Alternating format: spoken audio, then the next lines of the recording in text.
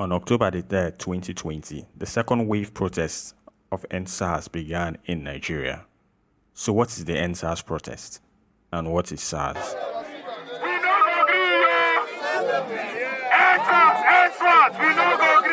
SARS is an acronym for the Special Anti-Robbery Squad, a dedicated police unit formed in 1992 to combat kidnappers, armed robbers, hired assassins, and other violent crimes involving murder and unlawful possession of arms.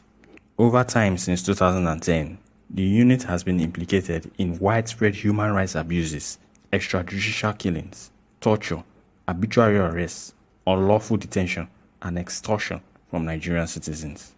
On October the 3rd, 2020, a post released on Twitter accused SARS officers of shooting and killing a man in Delta State. The post went viral. Other evidences of police brutalities were posted on social media, and Nigerians took to the streets to protest in Delta State and Lagos State. During the first week, the protests rapidly expanded to other states in Nigeria and also to countries outside Nigeria: Ghana, Canada, United States, Germany, and the United Kingdom, where Nigerians gathered to protest in solidarity of the EndSARS protests in Nigeria. And even though the Inspector General of Police on October the 11th announced the disbandment of SARS, the protests still continued the following day, a day after the announcement by the Inspector General of Police. A protester was reportedly shot and killed by an officer of the Nigerian police force, and many injured and some arrested in Lagos, Delta State, and Abuja. Also on October the 12th, a renowned Nigerian musician, David Adeleke, popularly known as Davido, met with the Inspector General of Police to lay out the 5 demands. Number 1, immediate release of all arrested protesters. Number 2, I think this is the most important point: justice for all deceased victims of police brutality and appropriate compensations for their families. Number 3, setting up an independent body to oversee the investigation and prosecution of all reports of police misconduct within 10 days. I don't agree with that. You cannot, it's impossible to do anything within 10 days. But it's something that should be looked at.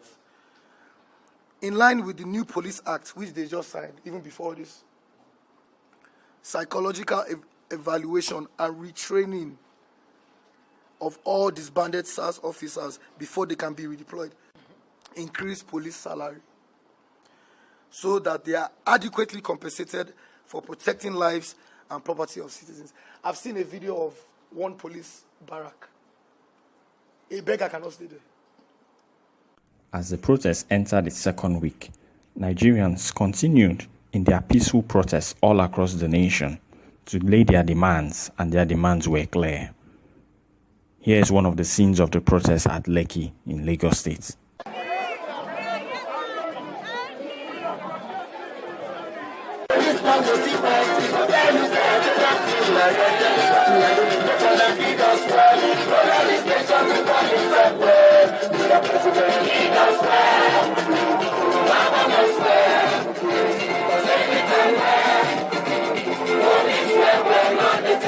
Though some miscreants took advantage of the situation to destroy and vandalize public property, this did not deter the peaceful protesters to make their demands. And on Tuesday, October the 20th, the Lagos State Governor, Babajide Sanwo-Olu, announced a 24-hour curfew to begin from 4 p.m. of the same day because of the spate of violence being witnessed at other parts of Lagos by miscreants, thugs, and vandals.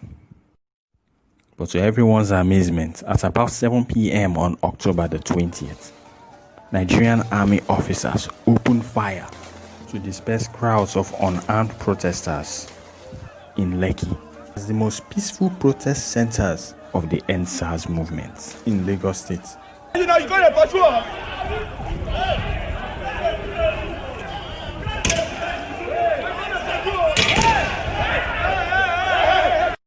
Not less than 12 were reported dead, several injured, and many in hospital. Hospital.